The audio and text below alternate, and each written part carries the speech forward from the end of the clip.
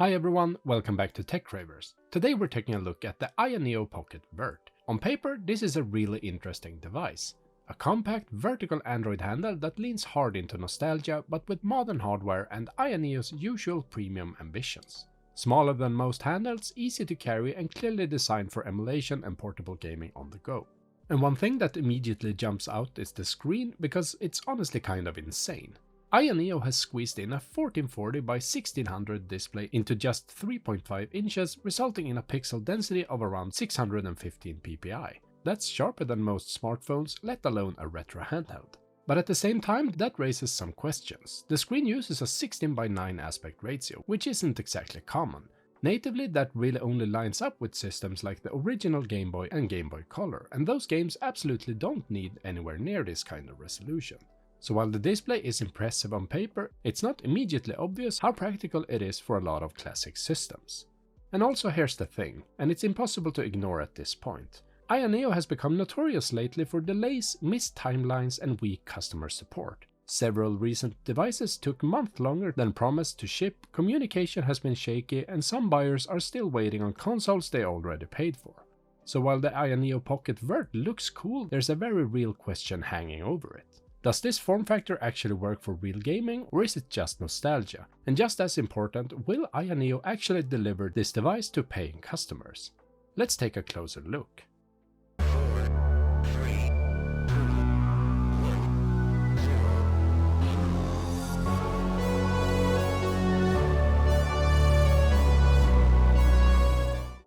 Alright, so this unit was sent to me directly by AYANEO, and this is the maxed out configuration with 12GB of RAM and 256GB of storage, so shout out to them for that. As always though, they haven't seen this video beforehand and all thoughts in this review are completely my own. And when we lift the lid, the first thing you're greeted by is this extra protective foam layer with the outline of the Pocket VERT printed right on it. It's a nice touch, very deliberate presentation and very AYANEO. Once that's removed, the handheld itself is sitting right underneath. This is the lava red version and we'll come back to it in just a second. With the device removed, we get access to the first accessory box. Inside, AYANEO includes a set of alternative shoulder buttons, slightly raised compared to the stock ones. These are optional, but it's a thoughtful inclusion, especially on a vertical handheld where shoulder comfort really matters. And under that there's another foam layer, which is what the handheld was resting in. Lifting that away reveals the final box, containing a USB-C charging cable. Now going back to the handheld itself. This is the Pocket VERT in lava red, and first impressions just by holding it are very strong. The chassis is made from aluminum and the entire front is glass, which gives it a solid premium feel right away. A lot of early impressions and reviews online have pointed out the same thing. This doesn't feel like a cheap retro device at all, it feels dense, well built and very much like a modern piece of hardware. There's a reassuring weight to it and nothing about it feels flimsy or toy-like. Even before powering it on, it already gives off that AYANEO enthusiast device vibe. One thing I do need to mention right away though, and this is worth knowing, is that this thing is an absolute fingerprint magnet. Everything about it shows smudges. The glass front, the cold aluminum frame, and even the black plastic section on the back all pick up fingerprints almost instantly. If you're the kind of person who's sensitive to that, this device is going to give you grey hair, and I can pretty much guarantee it. It's not a deal breaker for me, but it is something you'll notice constantly, especially with the darker colors like this lava red. You're either going to be wiping it down all the time, or you'll have to learn to live with it. The very first thing I thought when I saw the AYANEO Pocket VERT for the first time was, wait, I've seen this before. And yeah, I was absolutely thinking of the Analogue Pocket. AYANEO's handheld looks a lot like Analogue's in several key ways. The overall shape, the vertical layout and especially the screen, which is essentially identical, same size, same resolution and same extremely sharp look. In terms of weight and overall size, they're also very close. The Analogue Pocket is slightly larger overall, but in the hand, these two devices feel much more similar than different. Where things really start to diverge is in its philosophy. The Analogue Pocket is all about original hardware. It plays Game Boy, Game Boy Color and Game Boy Advance cartridges natively, straight out of the box, no emulation involved. It's designed first and foremost as a purist device. The AYANEO Pocket VERT on the other hand is a fully modern Android handheld. There's no cartridge support here, everything relies on emulation, but in return you get far more flexibility, multiple system, modern software apps, and a much broader use case beyond just classic Nintendo handhelds. So while these two devices might look similar at a glance, they're actually built for very different types of users. One is about authenticity and original media, the other is about convenience, versatility, and modern handheld gaming. With both devices at full brightness, the Analogue Pocket clearly has the edge when it comes to color. Color looks more vibrant and more natural there, whereas on the AYANEO Pocket VERT they can look a bit washed out by comparison. Now, that doesn't mean the AYANEO screen is bad, far from it. The resolution and sharpness are insane, but out of the box the color tuning just isn't as punchy as what Analogue is doing. The good news is that on the Pocket VERT you're not stuck with that. There are display filters and software adjustments you can apply, and once you start tweaking those you can push the color significantly further. With the right settings, the screen looks much more alive, it just takes a bit of setup. So again, this comes back to philosophy. The Analogue Pocket looks fantastically immediately, no tweaking required. The AYANEO Pocket VERT gives you more control, but you'll probably want to spend a little more time dialing it in. And there's one area where I honestly think that AYANEO went the wrong way with the Pocket VERT, and that's the D-pad and especially the face buttons. They're simply too small, and the glossy finish makes them blend into the glass front in a way that looks good visually, but doesn't work great in practice. I get the aesthetic way they were going for, this clean, seamless look, but unfortunately it comes at the cost of feel and control. In every game I've tested, the buttons just don't feel as comfortable or as precise as I'd like. There's less surface area, less grip, and overall it feels less forgiving during longer play sessions. This is one area where I really wish that AYANEO had taken a page out of Analogue's book. The Analogue Pocket uses proper rubber membrane button, and that makes a huge difference when it comes to comfort, feedback and control, especially for retro games that rely heavily on D-pad and face buttons. To be clear, it's mainly the primary inputs that bother me. The glossy finish on things like start, select and secondary buttons doesn't annoy me nearly as much.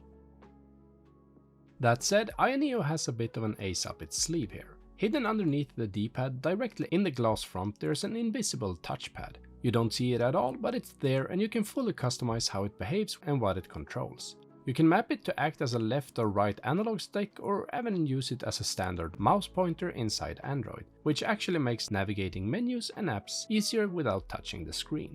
Now, to be clear, this is not exactly a success as a primary control method in games. It's not precise enough and it doesn't replace a real stick or D-pad, but that's not really the point. What's impressive is the idea itself. It's playful, a little weird, and genuinely innovative in a way we don't see very often in handhelds. AYANEO tried something new here, and even if it's more of a bonus feature than a killer one, it adds character to this device. So while I have some real issues with the physical D-pad and face button, this hidden touchpad is one of those features that reminds you that AYANEO is still willing to experiment, not just play it safe. Before we get to the elephant in the room, AYANEO's delivery issues, let's quickly go through what you actually get if you decide to buy AYANEO Pocket VERT and of course what it costs. At the heart of the Pocket VERT, AYANEO is using Qualcomm Snapdragon 8 Plus Gen 1 paired with the Adreno 730 GPU. That's a flagship class mobile platform, and it gives the Pocket VERT plenty of power for Android gaming and higher end emulation all the way up to PS2. In terms of memory and storage, you can choose between 8 or 12 GB of LPDDR5 RAM, along with 128 or 256 GB of UFS storage. The display is one of the wildest parts of this device. It's a 3.5-inch LTPS LCD with a resolution of 1440 by 1600, which works out to an insane 615 ppi at 60 Hz and rated around 450 nits. The aspect ratio is 10:9, which is unusual, and it's going to matter depending on what systems you play most. Battery-wise, you're getting a 6000 mAh pack plus active cooling inside that premium CNC aluminum body with the full glass front panel we talked about earlier. And of course it runs Android with all the usual flexibility that comes with that.